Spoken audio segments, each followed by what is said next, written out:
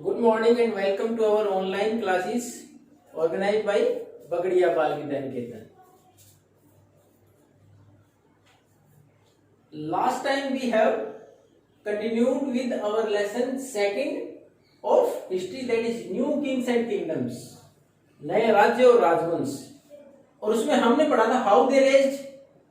They were in the past either chieftain, किसी particular के सरदार, सामंस और सबॉर्डिनेट ऑफ द किंग्स, ये ज्यादातर राजा के सहायक हुआ करते थे. When they get the wealth and power, जैसे जैसे उनके पास पावर और बढ़ी, पैसा बढ़ा, दे कंट्रोल्ड एन इंडिपेंडेंट एरिया, उन्होंने स्वतंत्र एरिया के ऊपर शासन करना शुरू कर दिया. And ultimately gave their name with their dynasties, फिर उन एरिया को अपने डायनेस्टीज, अपने राजवंश का नाम दे दिया गया, उनके नाम से जानी गई वो जगह. अब उसमें एक वर्ड जो आया था, हमें इतनी सारी डिटेल्स जो मिलती है इन सब के बारे में, वो कहां से मिलती हैं? फ्रॉम डिफरेंट लिटरेरी डॉक्यूमेंट्स, लिखी हुई चीजों से. उन्हीं में से एक पार्ट था प्रशस्तीज. इस नाम में छिपा हुआ प्रशस्तीज, प्रशंसा, यहां तक आ गया. देखो, कोई भी चीज जो किसी की प्रशंसा में लिखी जाए तो प्रशस्तीज, ज्यादातर राजा अपनी प्रशस्तीज लिखवाते थे ब्राह्मणों से अपने दरबार में, और ब्राह्मणों को इसके बदले मिलता है कि उनको लैंड ग्रांट दे दी जाती, जमीन दे दी जाती बदले में. तो उनके बदले में उनकी प्रशंसा लिखते, कितने बहादुर थे राजा, कितने एरिया पर कंट्रोल किया. तो ये सारी चीजें उसमें प्रशस्ति में मेंशन होती थी. और जो लैंड ग्रांट्स दी गई थी, तो उसके लिए आप एक छोटा सा आपके इसी पेज के ऊपर, जहां से हम अगला कंटिन्यू कर रहे हैं अब, वारफेयर फॉर वेल्थ, उसके ऊपर देखो कि उसमें देखा जमीन की हर डिटेल होती थी. जो भी जमीन दी गई उसकी पूरी डिटेल उसमें शामिल होती थी कि जमीन किस प्रकार की है, उसकी फेंसिंग किस प्रकार की है, कि उसमें ये जिस थोड़ी की कांटों वाली झाड़ियां लगा रखी है बाउंड्री को मेंशन करने के लिए, उसमें वेल्स है कि नहीं, रिवर्स की व्यवस्था है कि नहीं, उसके पीछे कोई नदी तो नहीं निकल रही है, कोई कैनल नहर है, उसमें वेल कुएं को बना रखे हैं, किस प्रकार की लैंड है, कि सिल्ट लेडन की वहां हो सकता है, जो ज्यादातर रिवर्स का पानी जाता हो तो वहां सिल्ट इकट्ठी होती है. तो हर प्रकार की उसमें how many trees are of fruit bearing, कितने फलों के पेड़ हैं, सारी मेंशन होती थी उसके अंदर. लैंड जो भी दी जाती ग्रांट, उसमें पूरी डिटेल होती है जमीन की. वो आपका ऊपर एक जो हमारा साउथ के इंस्क्रिप्शन मिली उसमें वर्णन मिलता है.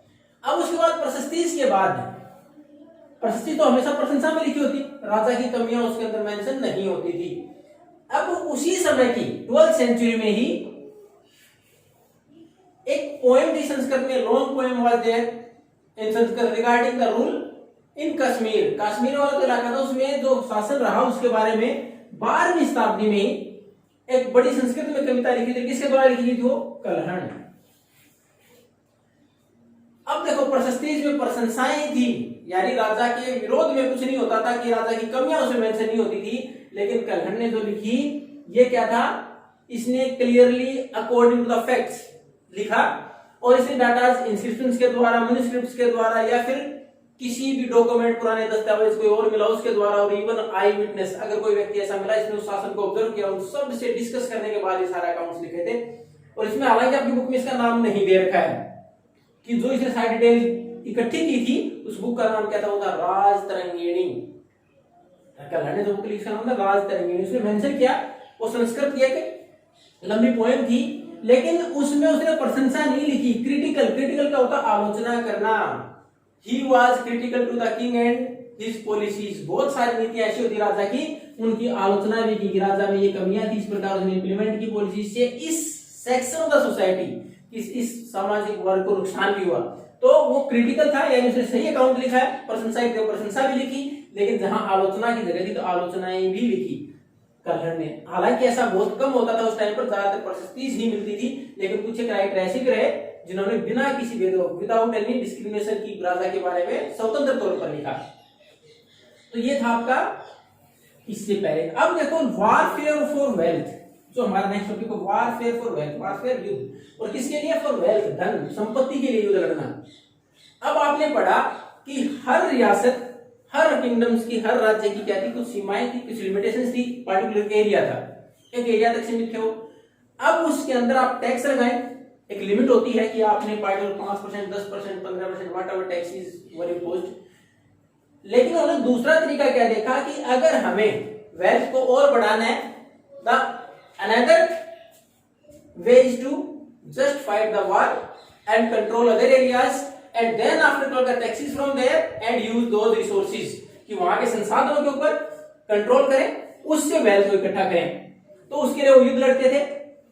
तो अलग अलग राज्य का पार्टिकुलर रीजन होता था, उस रीजन से बाहर भी उसका तो कंट्रोल करते ही, एडमिनिस्ट्रेशन प्रशासन चलाते ही, साथ के रीजन के ऊपर कंट्रोल करने का प्रयास और करते, just to increase their wealth. ऐसी एक जगह जो थी वो थी कन्नौज। ये ज्यादा इलाका कौन सा था?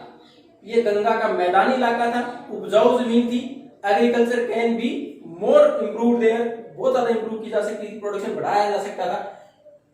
तो कन्नौज को कंट्रोल करने के लिए, कन्नौज पर नियंत्रण करने के लिए, ये देखिए इसमें 3 अलग अलग किंगडम्स, राजवंश, 3 डायनेस्टीज, गुर्जर, प्रतिहार, राष्ट्रकूट और कोल, इनके बीच में लगातार struggle to control that particular region. तीनों ने बहुत संघर्ष किया इस एरिया को कंट्रोल करने के लिए, और इसलिए क्योंकि 3 पार्टी शामिल थी, गुर्जर, प्रतिहार, राष्ट्रकूट और कोल, इसको ट्री पार्टी स्ट्रगल बोला गया कि 3 पार्टियों का संघर्ष कन्नौज के लिए, क्योंकि उपजाऊ जगह थी, अच्छी जगह थी, उसको नियंत्रण करने के लिए, अपने एरिया को बढ़ाने के लिए, वेल्थ को बढ़ाने के लिए।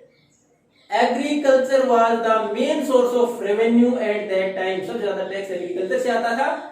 और दूसरा, वहां उस वक्त तक maritime trade can be possible through the Ganga river, तो वो भी पॉसिबल, ट्रेड पर भी टैक्स चलता है, उसके लिए उसको नियंत्रण करने का प्रयास किया गया तीनों के द्वारा। इसलिए इसको ट्री पार्टी स्ट्रगल बोला, क्योंकि इसमें 3 पार्टियां शामिल थी। अब एक और उसके अलावा क्या था कि जितने भी राजा हुए at that time, most of the Kings were Hindus, ज्यादातर उस वक्त तक अगर हम पढ़े अर्ली मिडिवल पीरियड, अगर हम प्रारंभिक मध्यकाल की बात करें, क्योंकि मिडिवल पीरियड को 7th क्लास में हम 2 हिस्सों में पहले हमने एंशिएंट पढ़ा 6th में, उसके बाद मिडिवल को हमने 2 भागों में बांटा, अर्ली और later, 7 to 13th early and then after later up to 18th। तो 13th की बात करें, ज्यादातर हिंदू शासक हुए। Just to show their power and wealth, they constructed the big temples, अपनी पावर को दर्शाने के लिए, अपने धन को दर्शाने के लिए बड़े बड़े मंदिर बनवाते थे। तो उसके लिए जब भी कभी युद्ध होता, most of the king attack on the temples of different kingdoms, तो सबसे पहले वो किस पर आक्रमण करते? मंदिरों पर आक्रमण करते, और वहां से जो पैसा होता, जो वेल्थ होता, डोनेशन होती, राजा के द्वारा दी गई या किसी वेल्थी पर्सन के द्वारा दी गई, व्यापारियों के द्वारा दी गई, उनको लूटने के लिए पहले मंदिरों पर आक्रमण होता। ऐसा ही एक इसमें एग्जाम्पल देखोगे, महमूद गजनी। गजनी अफगानिस्तान की जगह है, ये कैपिटल भी थी गजनी किसकी? महमूद ने जब शासन किया, तो गजनी उस जगह के नाम पर इसको बोला गया है। वो केवल पैसा इकट्ठा करने के लिए, वैध धन के लिए हर साल, लगभग हर साल आक्रमण करता भारत के ऊपर, और खासकर इंडियन सबकॉन्टिनेंट, भारतीय महाद्वीप के ऊपर। और वो कब से कब तक 997 से 1030 तक रहा, और लगभग हर साल इसने भारत पर आक्रमण किया। और इसी में से एक महत्वपूर्ण टेम्पल जिस पर इसने आक्रमण किया था, do you remember? Somnath temple of Gujarat, Gujarat में सोमनाथ टेम्पल है, उसके ऊपर, just because of the wealth that attracted him, जो वहां की संपत्ति थी उसने उसको आकर्षित किया, और वहां उसने बार बार आक्रमण किया। उसके साथ साथ he was also interested about the life of the people in that particular area, उस एरिया के लोगों के जीवन के बारे में भी वो बहुत रुचि रखता था, उसके बारे में जानना चाहता था। तो उसने क्या किया? अपना सबसे जो विश्वसनीय, द मोस्ट ट्रस्टेड ऑथर और स्कॉलर अल-बिरूनी, तो उसको उसने वहां की जिम्मेवारी दी कि just to mention all the details about that particular area. और अल-बिरूनी ने बुक लिखी, किताब अल हिंद, जो हिंदुस्तान के बारे में, वहां की डिटेल्स के बारे में उसने पूरी जानकारियां दी है। अब उसके साथ साथ ये तो थे बाहर से शासक, चाहे हम गजनी की बात करें, तो इन्होंने अफगानिस्तान से हमारे ऊपर आक्रमण किया था वेल्थ को इकट्ठा करने के लिए। अब अगर हमारे यहाँ के खुद की शासन की बात करें, तो चहमांस, उसके बाद उनको चौहान बोला गया। इनका ज्यादातर शासन कहां से कहां तक था? अजमेर और दिल्ली, और ज्यादातर अगर वेस्टर्न पार्ट ऑफ इंडिया और द नॉर्थ वेस्टर्न पार्ट, क्योंकि दिल्ली अगर हम बात करें, ज्यादातर हमारा नॉर्थ का हिस्सा जाता है, वेस्टर्न पार्ट राजस्थान का अजमेर, वहां ज्यादा शासन था। तो इन्होंने भी अपने एरिया को आगे बढ़ाने का प्रयास किया। जो इनमें सबसे महत्वपूर्ण शासक थे पृथ्वीराज चौहान, जो 1168 से 1192 तक रहे। तो उन्होंने लगातार अपने शासन को बढ़ाने का प्रयास किया, लेकिन उनको बार बार, जैसे उन्होंने गुजरात की साइड आगे बढ़ने का प्रयास किया, तो वहां चालुक्य शासक थे, उन्होंने उनको आगे नहीं आने दिया। और अगर वो वेस्टर्न उत्तर प्रदेश, पश्चिमी उत्तर प्रदेश में आगे गए तो उसके अंदर भी गैदा वंश, ये जो शासक रहे बहुत कम समय के लिए, इन्होंने इनको रोका। इसके साथ साथ इन्होंने एक महत्वपूर्ण युद्ध, आपने बहुत बार पढ़ा होगा, जीके में पढ़ते उसको, ट्राइन। अब इस जगह का नया नाम क्या है? It is now in Karnal, Haryana, Taraori. तो ट्राइन का युद्ध। अब इन्होंने जो सबसे बड़े जो महत्वपूर्ण युद्ध लड़े थे, एक तो था 1191, और किसके खिलाफ लड़े थे? मोहम्मद गोरी। फिर आप पढ़ोगे गजनी, इससे पहले था, ये जगह के नाम है, गोरी भी अफगानिस्तान में जगह का नाम है। तो वहां के थे, इन्होंने 1191 में जब उन्होंने भारत पर आक्रमण किया, उस टाइम पर पृथ्वीराज चौहान ने उनको हरा दिया और वो वापिस चले गए। लेकिन in the very next year 1192 में उन्होंने पृथ्वीराज चौहान को हराया भी और उनको मार भी दिया गया। वहीं उसके बाद मोहम्मद गोरी ने यहाँ अपने शासन के लिए, हालांकि अब नेक्स्ट लेसन में पढ़ोगे, उसके बाद मोहम्मद गोरी ने इसी प्रकार आक्रमण करे, केवल वो भी वेल्थ के लिए और एरिया कंट्रोल करने के लिए। उन्होंने कभी भी भारत के ऊपर खुद शासन नहीं किया।